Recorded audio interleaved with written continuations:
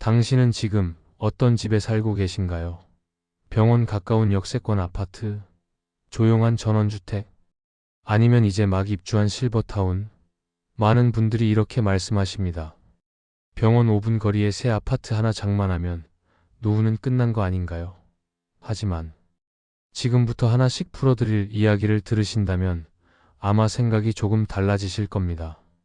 겉으로 보기에 완벽한 집에 살면서도 가장 외롭고 불안한 노년을 보내는 사람들이 있습니다.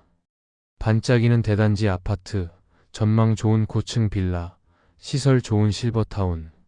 이 집들 중 상당수는 실제로는 노인을 가장 빠르게 무너뜨리는 감옥입니다. 왜 그럴까요?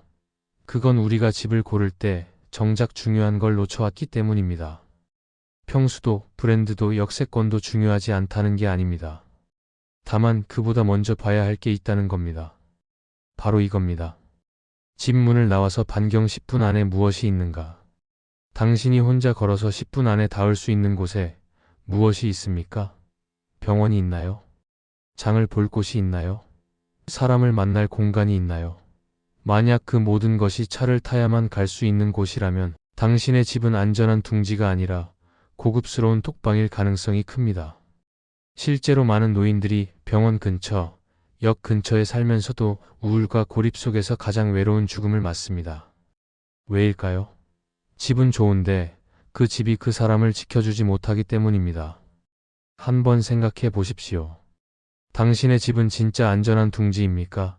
아니면 천천히 당신을 고립시키는 고급스러운 톡방입니까? 당신도 혹시 이런 생각 해보신 적 있으신가요? 이 정도 집이면 충분하지 않을까? 애들도 오기 좋고 병원도 가깝고. 그런데 막상 살아보니 뭔가 허전하고 불안한 느낌. 집은 크고 좋은데 나는 점점 더 작아지는 느낌. 그 이유를 말로 설명하기 어려웠던 경험 말입니다. 노후의 집은 젊을 때의 집과 다릅니다. 젊을 때는 출퇴근 거리가 중요했고 학군이 중요했고 자산 가치가 중요했습니다. 하지만 나이가 들면 기준이 완전히 바뀝니다. 이제는 병원까지 걸어갈 수 있는가? 넘어졌을 때 누가 나를 발견할 수 있는가? 밤에 화장실까지 안전하게 갈 수 있는가가 훨씬 중요해집니다. 오늘 이 이야기는 한 사람의 경험에서 시작됩니다. 그분의 이름은 윤 선생. 71세입니다.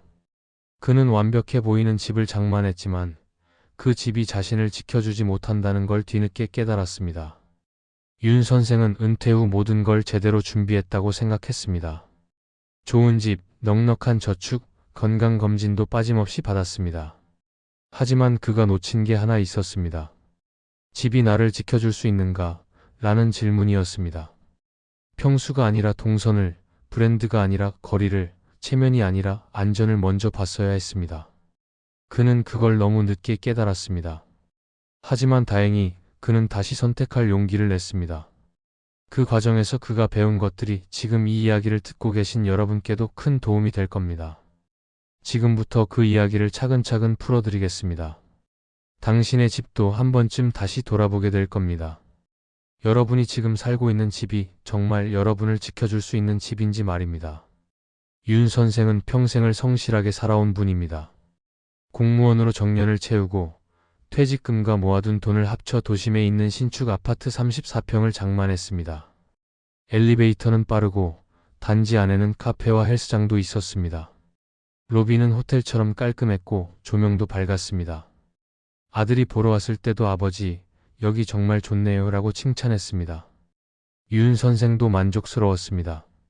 이제 노후는 걱정 없겠다고 생각했죠. 친구들에게도 자랑했습니다. 나 신축 아파트 들어갔어. 시설 정말 좋더라고. 성공한 노후의 상징처럼 보였습니다. 깨끗한 아파트, 넓은 거실, 좋은 조망.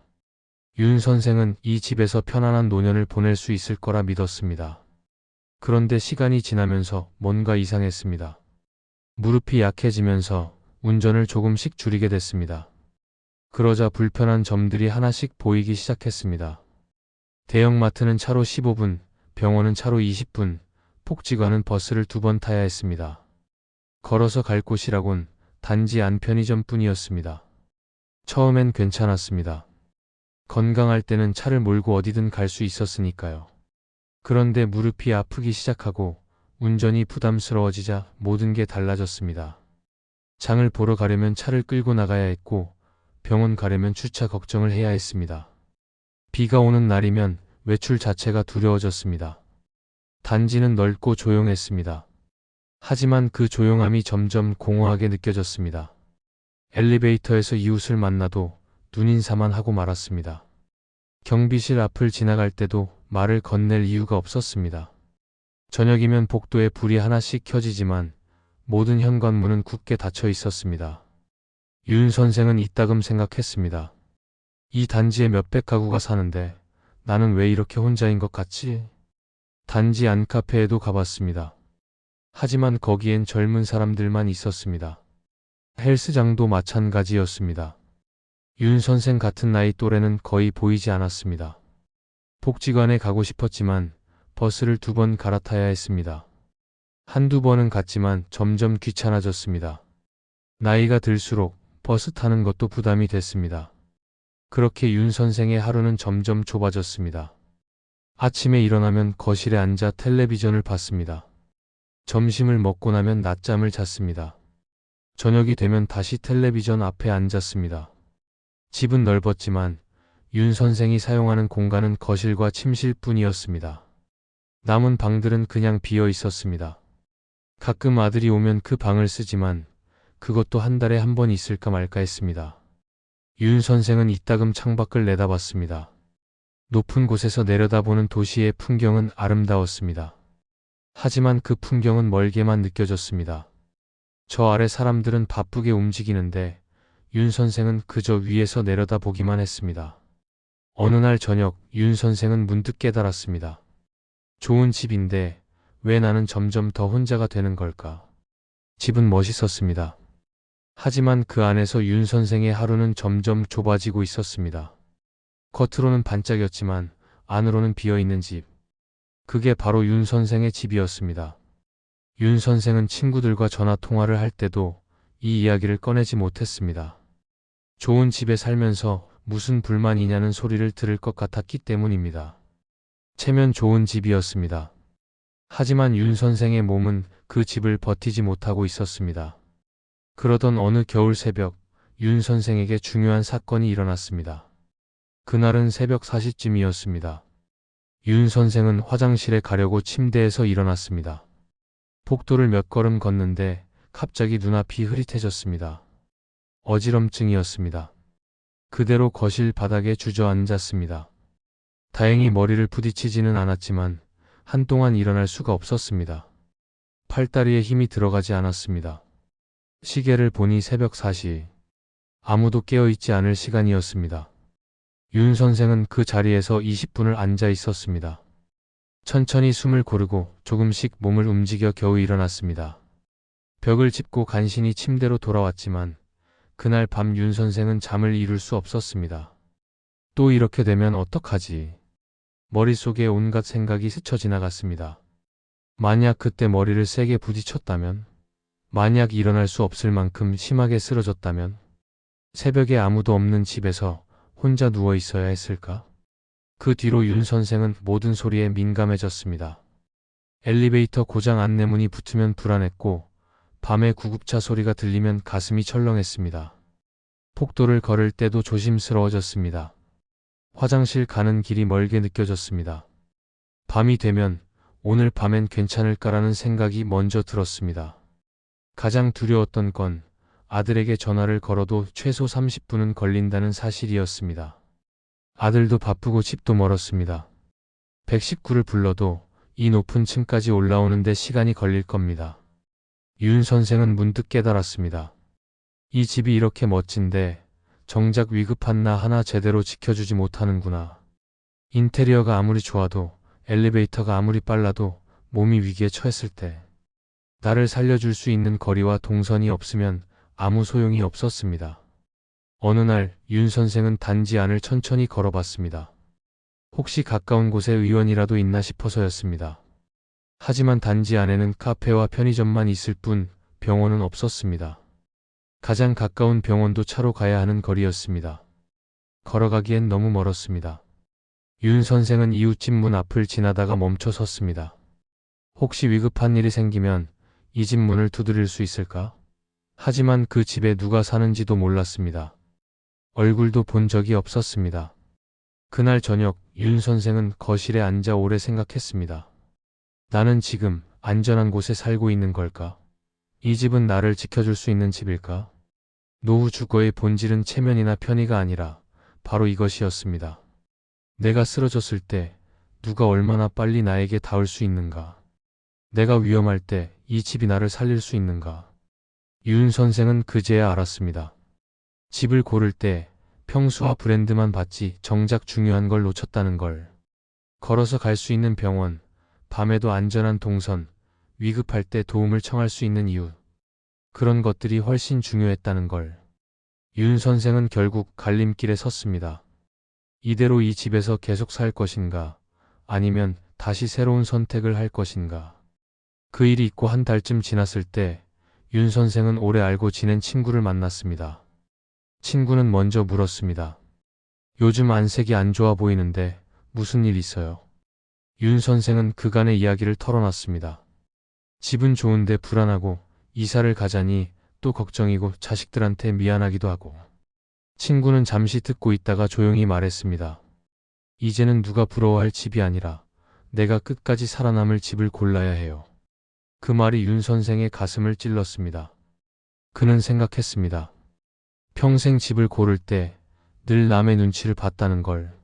자녀들이 오기 좋은 집, 친척들이 와도 부끄럽지 않은 집, 친구들에게 자랑할 만한 집. 그런 기준으로만 집을 골라왔다는 걸. 그런데 정작 그 집에서 매일 사는 사람은 나였습니다. 윤 선생은 스스로에게 물었습니다. 지금까지 나는 누구를 위해 집을 골라왔나? 자식? 체면? 남의 시선? 첫 집을 장만할 때도 그랬습니다. 아내와 함께 봤던 작은 집이 마음에 들었지만 친척들이 그 동네는 좀 그렇지 않냐고 하자 포기했습니다. 두 번째 집을 고를 때도 마찬가지였습니다. 아이들 학군을 생각해서, 출퇴근 거리를 생각해서, 주변 시선을 생각해서 골랐습니다. 은퇴 후 이 집을 선택할 때도 그랬습니다. 아들이 오기 편한 곳, 손주들이 놀러 오기 좋은 곳, 친구들한테 보여줘도 부끄럽지 않은 곳. 그런 기준이 먼저였습니다. 하지만 정작 윤 선생 자신이 편한지, 안전한지, 외롭지 않은지는 한 번도 제대로 생각하지 않았습니다. 그날 이후 윤 선생은 새로운 질문을 던지기 시작했습니다. 내가 진짜 원하는 집은 어떤 집일까? 평수가 넓은 집? 아니었습니다. 이제 넓은 집은 오히려 부담이었습니다. 청소하기도 힘들고 덩 비어있는 방들이 오히려 외롭게 느껴졌습니다. 조망 좋은 집? 그것도 아니었습니다. 높은 곳에서 내려다보는 풍경은 아름다웠지만 그 풍경은 윤 선생을 더 멀리 떼어놓기만 했습니다. 신축 아파트? 깨끗한 건 좋았지만 그것만으로는 충분하지 않았습니다. 집이 깨끗해도 윤 선생의 마음이 불안하고 외로우면 소용이 없었습니다. 윤 선생이 진짜 원하는 집은 이제 달라졌습니다. 걸어서 갈 수 있는 거리에 병원이 있는 집, 장을 보러 나갔다가 아는 사람을 만날 수 있는 집, 밤에 화장실 가는 길이 짧고 안전한 집, 위급할 때 누군가 빨리 달려올 수 있는 집, 그런 집이었습니다. 윤 선생은 깨달았습니다. 노후의 집은 남에게 자랑하는 무대가 아니라 마지막까지 나를 버티게 하는 도구여야 한다고. 집은 보여주기 위한 공간이 아니라 살아남기 위한 공간이어야 한다고. 친구의 말이 계속 귓가에 맴돌았습니다. 누가 부러워할 집이 아니라 내가 끝까지 살아남을 집을. 윤 선생은 결심했습니다. 이제부터는 남의 눈이 아니라 10년 뒤의 나를 기준으로 집을 다시 보겠다고. 여러분도 한번 생각해 보십시오. 지금 사시는 집은 누구 기준으로 고른 집입니까? 남의 눈입니까? 아니면 10년 뒤의 나입니까? 평생 남을 위해 집을 골라왔다면 이제는 나를 위해 집을 골라도 괜찮습니다. 아니, 이제는 그래야만 합니다.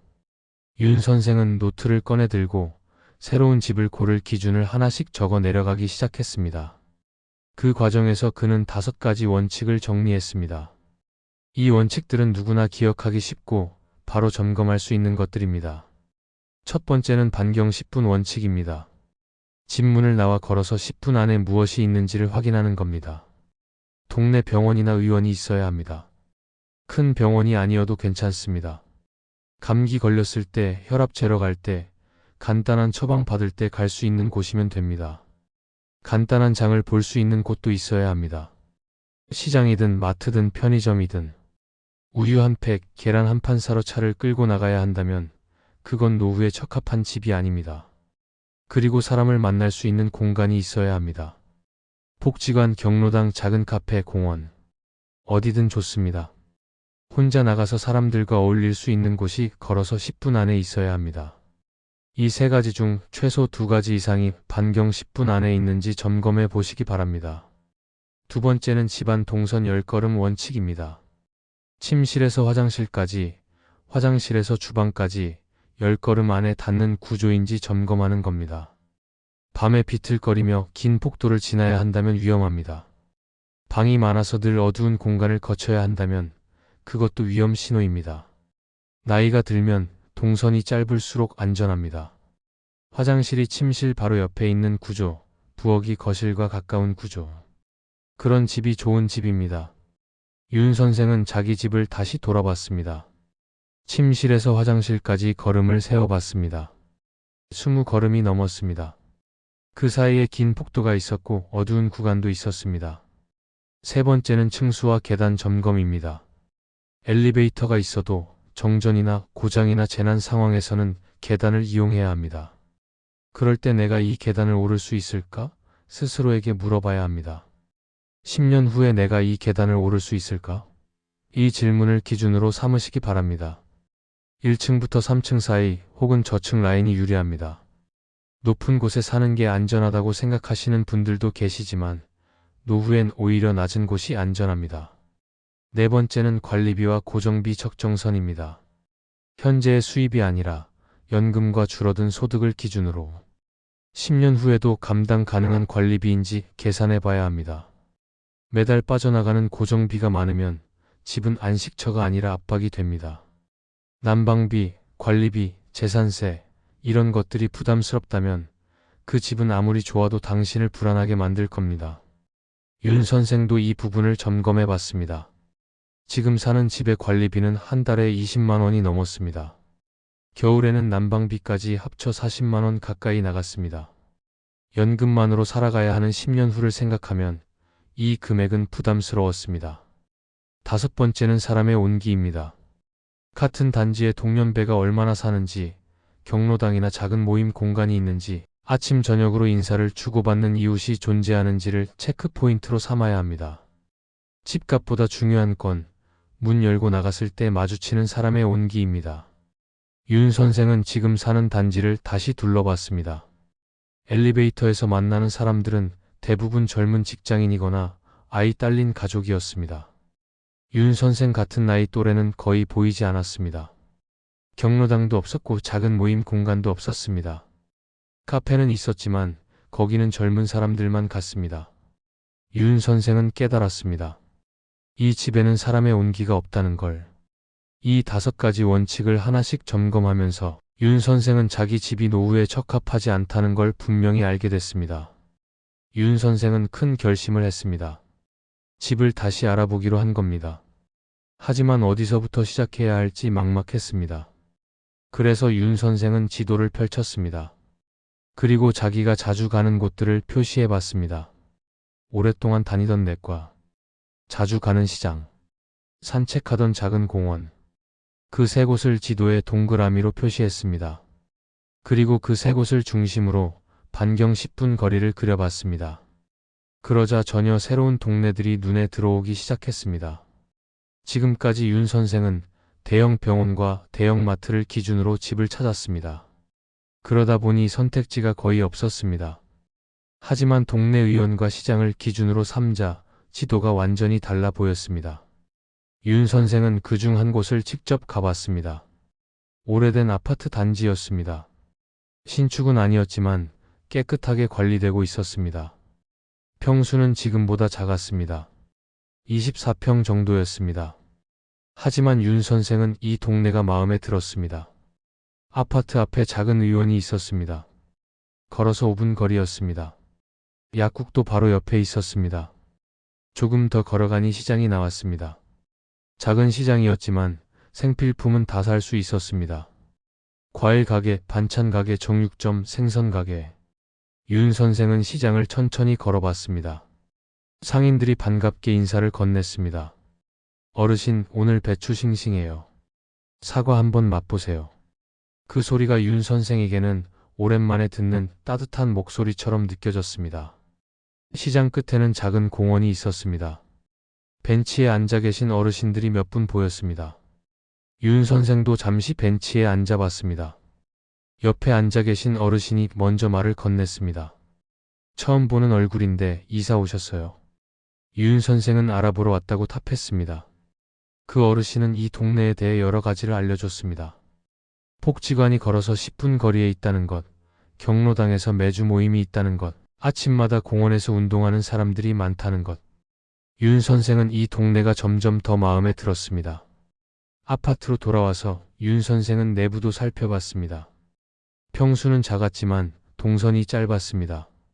침실에서 화장실까지 5걸음이었습니다.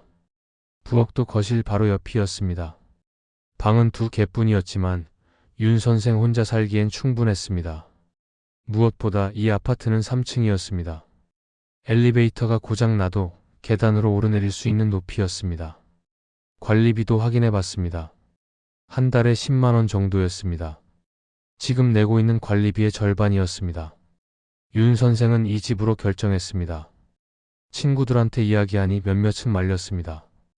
평수를 줄이면 나중에 후회한다. 신축 아파트를 두고 왜 낡은 아파트로 가느냐고 했습니다. 하지만 윤 선생은 확신이 있었습니다. 이 집이 나를 지켜줄 수 있는 집이라는 확신. 이사를 하고 나서 윤 선생은 집 안도 정리했습니다. 침대 옆에 조명을 옮겼습니다. 밤에 화장실 가는 길이 밝아졌습니다. 자주 쓰지 않는 짐들을 정리했습니다. 방 하나를 비워두고 필요 없는 가구도 처분했습니다. 화장실과 부엌 앞에 미끄럼 방지 매트를 깔았습니다. 윤 선생은 생각했습니다. 집을 줄인 게 아니라 동선을 줄인 것이다. 평수는 줄었지만 윤 선생의 삶은 오히려 넓어졌습니다. 아침에 일어나면 산책을 나갔습니다. 의원 앞을 지나고 시장을 지나고 공원까지 걸었습니다. 그 길에서 윤 선생은 사람들을 만났습니다. 시장 아주머니는 윤 선생을 알아보고 인사했습니다. 공원 벤치에서 만난 어르신들과는 가끔 이야기를 나눴습니다. 복지관에도 다니기 시작했습니다. 걸어서 10분이라 부담이 없었습니다. 거기서 비슷한 나이 또래 사람들을 만났습니다.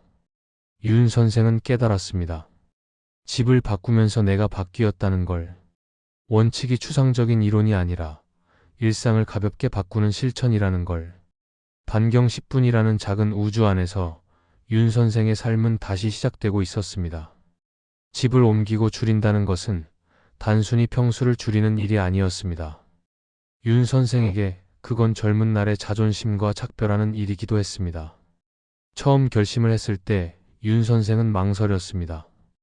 애들한테 미안하다는 생각이 먼저 들었습니다.